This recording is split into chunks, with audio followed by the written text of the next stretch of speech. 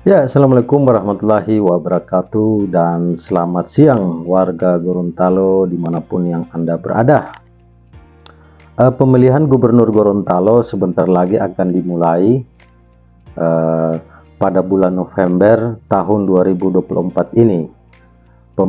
Gubernur itu adalah pemimpin dari Provinsi Gorontalo.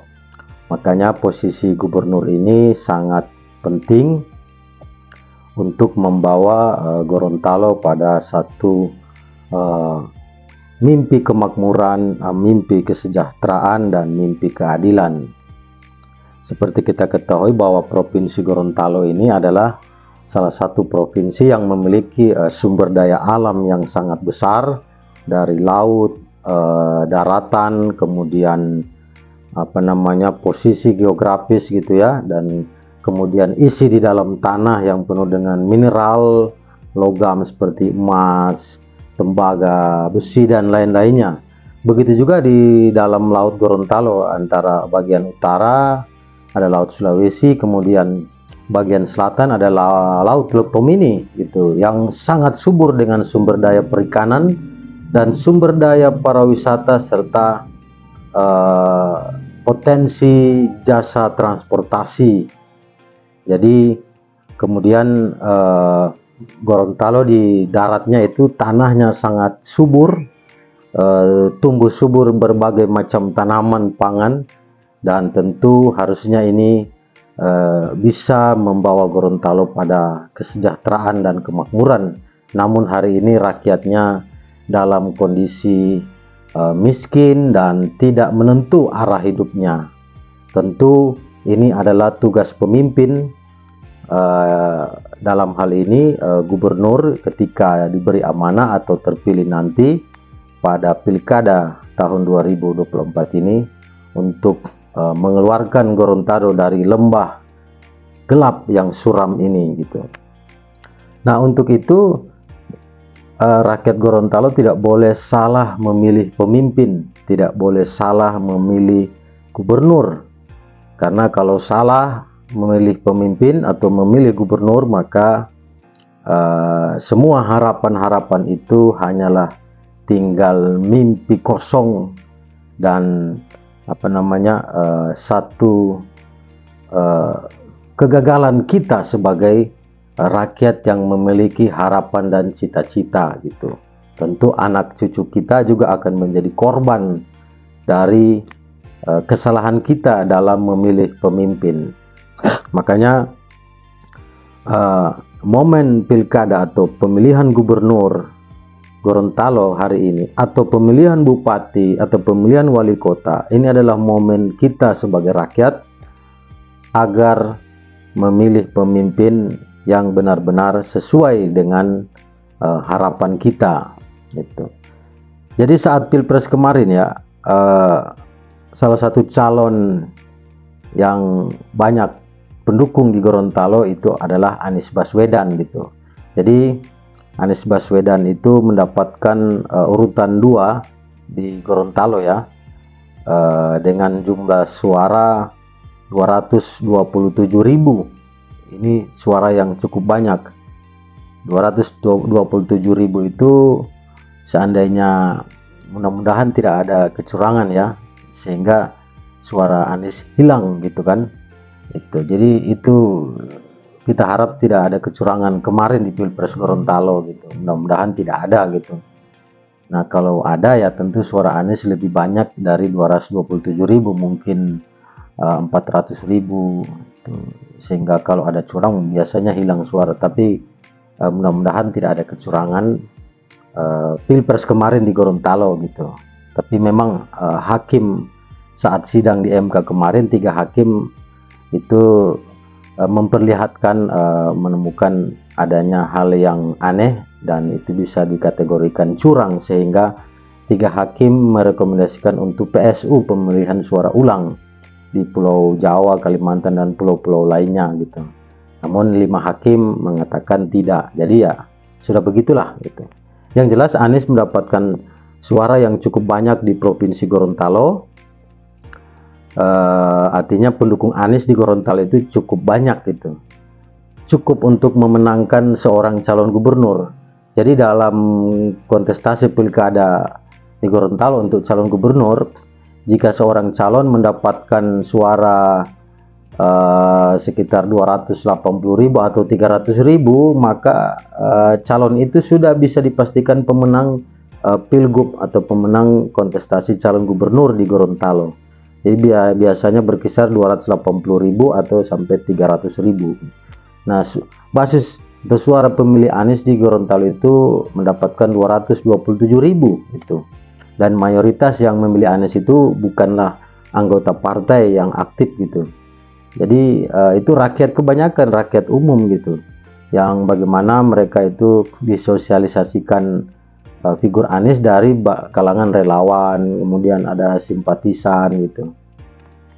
Jadi kemana nanti arah para pemilih Anies di Gorontalo ini dalam hal mendukung calon gubernur atau calon kepala daerah lainnya? Jadi karakter pemilih Anies Baswedan di Gorontalo itu tentu ini adalah karakter yang orang-orang merdeka atau independen, rata-rata orang yang memiliki akal sehat atau terdidik. Mereka tidak tidak mempan diintimidasi atau tidak mempan juga dibayar-bayar gitu. Jadi mereka memilih figur itu ada hal yang ketertarikan. Nah, itu rata-rata kemarin basis pemilih Anies di Gorontalo itu banyak dari kalangan religius gitu, kaum masjid, kaum pesantren gitu, dan kemudian dari kalangan intelektual terdidik, dari biasanya pengajar di dunia pendidikan, aktivis gitu ya, guru-guru gitu, karena memang Anies mantan menteri pendidikan dan juga seorang guru, dan Anies adalah orang yang hidup dalam dunia akademik gitu. Pernah jadi rektor gitu, menteri pendidikan pernah. Jadi wajar kalau kalangan intelektual banyak mendukung Anies Baswedan gitu. Dan kemudian pemilih Anies itu lebih condong pada orang yang memiliki visi perubahan. Jadi visi perubahan dari hal yang tidak baik menjadi baik gitu, dari miskin menjadi sejahtera, dari carut marut menjadi lebih tenang, harmoni gitu. Nah, ini ketertarikan dari pemilih-pemilih Anies dalam menentukan figur gitu. Nah, kemudian juga Anies adalah karakter yang merakyat gitu, egaliter. Nah, banyak pemilih-pemilih Anies itu suka dengan figur yang seperti ini gitu ya, walaupun calon kepala daerah atau calon gubernur tidak bisa seperti Anies, jika dia ingin mendapatkan suara dari basis pemilih Anies di Gorontalo, makanya dia harus memiliki karakter atau visi perubahan seperti yang dimiliki oleh Anies Baswedan gitu. Jika tidak, maka ya basis pemilih Anies di Gorontalo akan mencari figur-figur yang cocok di tempat lain gitu, atau calon lain gitu. Makanya saya sebagai salah satu pentolan relawan nasional Anies juga menyarankan pada teman-teman relawan Anies, simpatisan Anies, tetaplah konsisten dan istiqomah. Pilihlah calon gubernur atau calon bupati atau calon wali kota di Gorontalo ini, pilihlah figur yang memiliki karakter dan visi perubahan dari Anies Baswedan. Jadi bagusnya kita ya pilih calon gubernur atau calon bupati wali kota yang memiliki karakter figur yang religius. Itu pertama, religius tentunya, jadi dia tidak jauh dari agama. Ini sangat penting, agama atau iman seseorang, karena itu bisa menjadi sumber etika moral gitu ya. Jadi ya minimal dia harus dekat dengan dunia religiusitas. Ini penting bagi seorang pemimpin gitu. Tanpa itu bisa kacau semuanya kan. Itu orang bisa sembarang korupsi aja gitu. Jadi lalu tidak ada lagi berpikir tentang keadilan, tanggung jawab moral, tentang kesejahteraan, janji-janji politik gitu. Makanya agama penting untuk selalu mengingatkan pemimpin atau calon pemimpin, mengingatkan gubernur atau calon gubernur gitu. Penting itu figur yang religius itu, karena religiusitas itu menjadi sumber ajaran moral dan etika gitu. Dan kedua adalah figur calon gubernur atau calon bupati wali kota yang memiliki pendidikan yang baik gitu. Karena ini penting, jika tidak memiliki pendidikan atau ilmu pengetahuan, ya bagaimana dia memimpin dengan kondisi Gorontalo 5 termiskin nasional ini?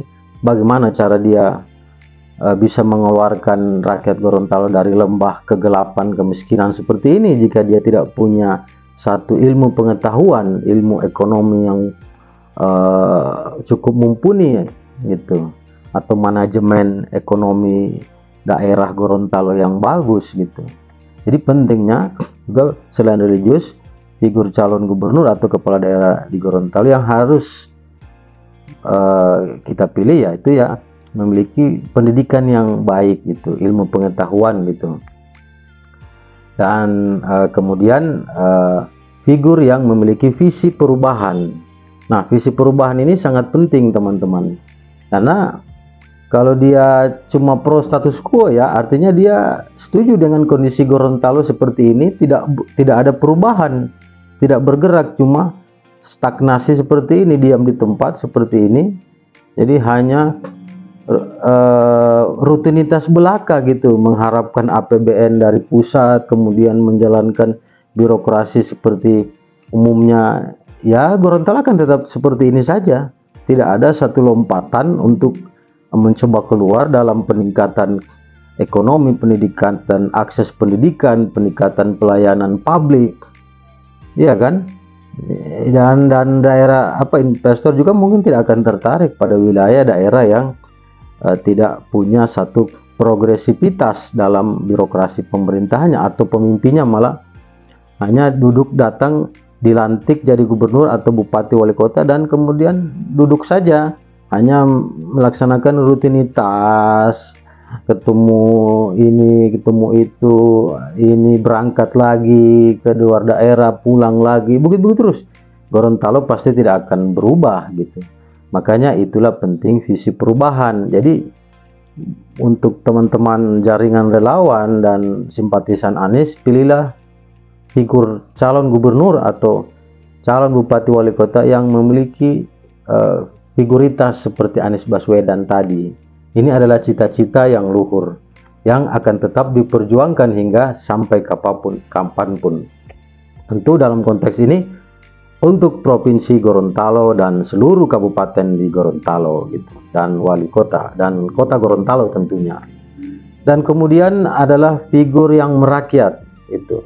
Ini penting teman-teman, karena merakyat ini ya itu harusnya pemimpin seperti itu. Jadi merakyat itu dalam artian calon gubernur atau gubernur yang terpilih nanti itu bisa mengakomodir semua kepentingan rakyat, bukan hanya kepentingan kelompoknya saja, atau kepentingan diri sendiri saja, atau kepentingan perusahaannya sendiri saja. Itu jangan dipilih calon pemimpin seperti itu. Jangan kita pilih calon gubernur yang begitu, atau calon bupati seperti itu, atau calon wali kota seperti itu. Jangan kita pilih, karena kita akan rugi saja suara kita. Kita hanya akan digombali politik terus gitu kan. Artinya yang merakyat itu ya dari sifat sampai prakteknya itu merakyat, perwujudannya itu aksinya merakyat gitu. Jadi apa kebijakan yang pro rakyat? Jadi calon gubernur yang harus kita pilih ya dia harus berani kontrak politik. Kontrak politik apa kebutuhan-kebutuhan rakyat, keluhan-keluhan rakyat.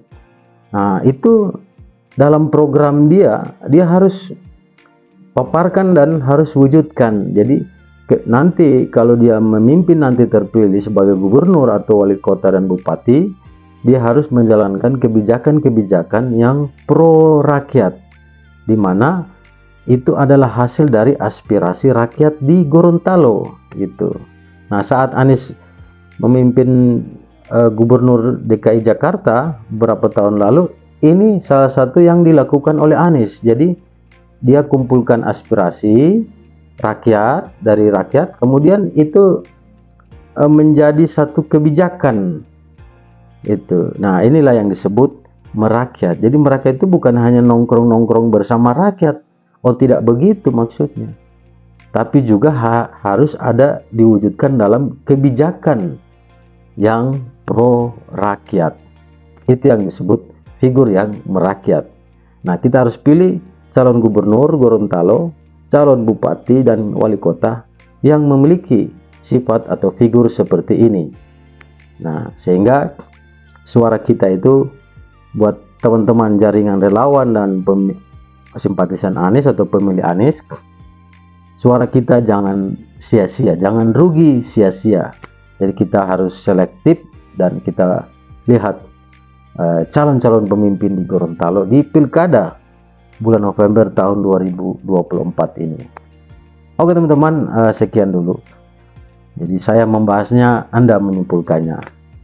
Wabillahi taufiq wal hidayah. Wastabiqul khairat. Wassalamualaikum warahmatullahi wabarakatuh, dan salam sejahtera untuk semua rakyat Gorontalo.